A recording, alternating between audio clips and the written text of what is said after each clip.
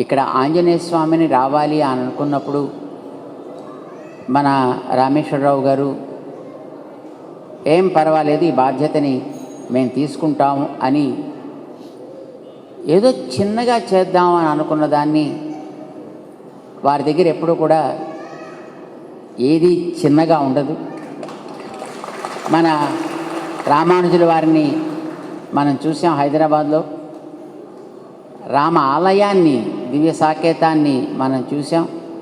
ఏదో చిన్నగా అక్కడ ఉండే చదువుకునే విద్యార్థులు వచ్చి నమస్కారం పెట్టుకోవడానికి కావాలి అని అనుకుంటే అదొక విరాట్ రూపాన్ని ధరించేంతగా తయారైంది.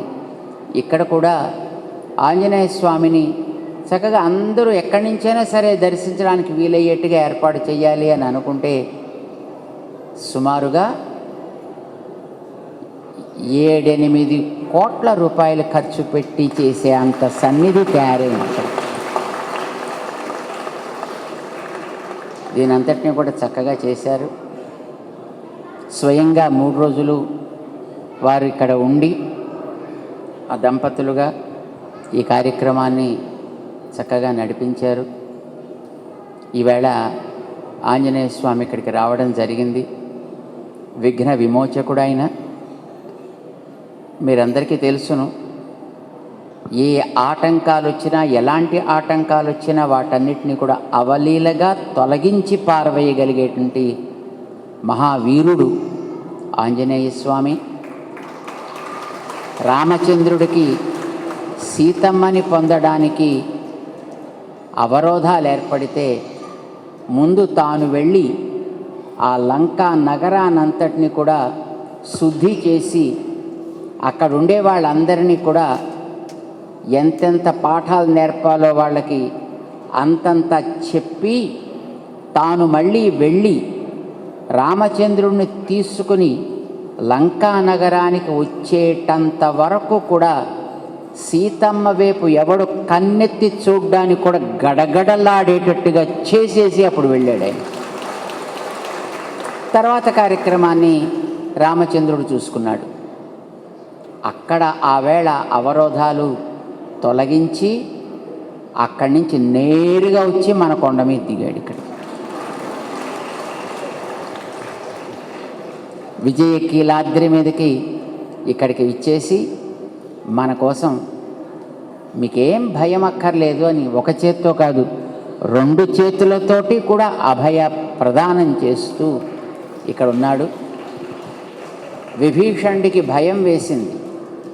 రామచంద్రుడి దగ్గరకు వచ్చి శరణాగతి చేయడానికని సుగ్రీవుడిని అడిగాడు. సుగ్రీవా, నివేదయత మాం క్షిప్రం విభీషణం ఉపస్థితం రావణస్య అనుజో భ్రాత విభీషణ ఇతి శృతః.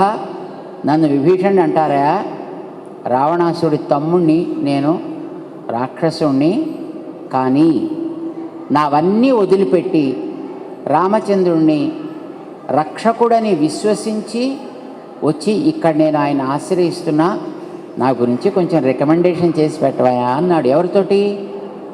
సుగ్రీవుడితోటి. అయితే అది విన్న సుగ్రీవుడు, రామా వీడిని నమ్మడానికి వీళ్ళే, కిందకి దిగినివ్వద్దు, అక్కడే కొట్టేద్దాం. కిందకి దిగితే మళ్ళీ వెనక్కి తేరి మళ్ళీ ఏమైనా చేస్తాడేమో తెలియదు, అక్కడే వాడిని అక్కడే కొట్టేసి శత్రువుని మనం నమ్మడానికి ఇలా చెప్పాడండి. రాముడికి సందేహం వచ్చింది, ఏం చేయాలబ్బా అని. అందరినీ అడిగి చివరికి ఆంజనేయ స్వామిని అడిగాడు, ఏమాయ్ నువ్వేమంటావు అని. క్షమించండి, నేను సలహాలు ఇచ్చేవాడిని కాను, అయినా నువ్వు అడిగినప్పుడు చెప్పకపోవడం కూడా తప్పు అవుతుంది. నాకు తెలుసు అని కాదు, వీళ్ళందరికంటే నేను పెద్దవాణ్ణి అని కాదు, తెలివైన వాణ్ణి అని కూడా కాదు, కానీ నువ్వు అడిగావు కనుక నేను చెప్పడం నా బాధ్యత.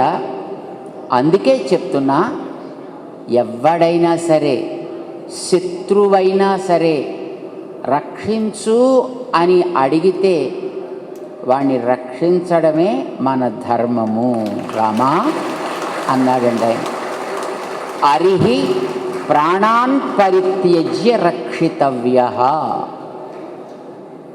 ఈ మాట అన్నప్పుడు రాముడికి ధైర్యం వచ్చిందండి. అప్పటిదాకా రాముడికి ధైర్యం రాలా.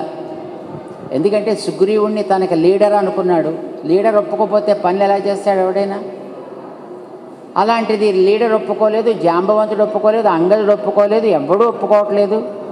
ఏం చేయాలి అని అంటే, ఒక్క ఆంజనేయ స్వామి మన శరణాగతి చేసిన వాడు ఎవడైనా సరే తప్పకుండా రక్షించాలయ్యా అని నాకు అనిపిస్తోంది, తర్వాత నీ ఇష్టం అన్నాడంటే.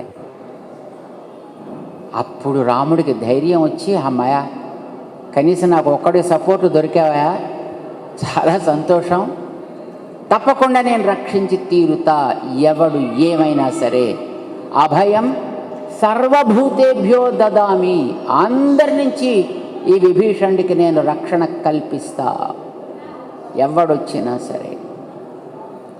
అలాగే చేశాడు కూడా. విభీషణుడి తర్వాత లంకకి రాజుని చేశాడు రాముడు. మనందరికీ అట్లాంటి అభయం రాముడి ద్వారా ఇప్పించడం కోసమని ఆంజనేయ స్వామి మన దగ్గరికి వచ్చాడు. ఇది మనం జ్ఞాపకం పెట్టుకోవాలి. అందుకోసం ఆయన విఘ్న విమోచకుడు, మన అవరోధాలను తొలగింప చేస్తాడు. ఇవాళ ఇక్కడికి వచ్చాడు. ఆ వచ్చేట్టుగా మనకి తయారు చేయించి ఆయన్ని మనం నిత్యారాధన చేసుకునే యోగ్యత కలిగేట్టుగా తయారు చేసి పెట్టినటువంటి మహనీయుడు మన శర్మాజీ కుటుంబ సభ్యులు. చాలా సంతోషం. వారు రాజస్థాన్లో ఉంటారు. ఇప్పుడు వాళ్ళు రావాల్సిన అవసరం లేదు నిజానికి, ఎందుకంటే ఈ మూర్తి తయారైంది 3 ఏళ్ల క్రితం. కానీ ఈవేళ ప్రతిష్ఠ జరుగుతోందయా, మీరు రావాలి అని అంటే ప్రత్యేకించి ఇద్దరూ కూడా ఫ్లైట్లో ఈ కార్యక్రమం కోసమనే వచ్చి మళ్ళీ వెంటనే బయలుదేరి వెళ్ళిపోతున్నారు. వాళ్ళకి అనేక మంగళాశాసనాలు చేస్తున్నాం.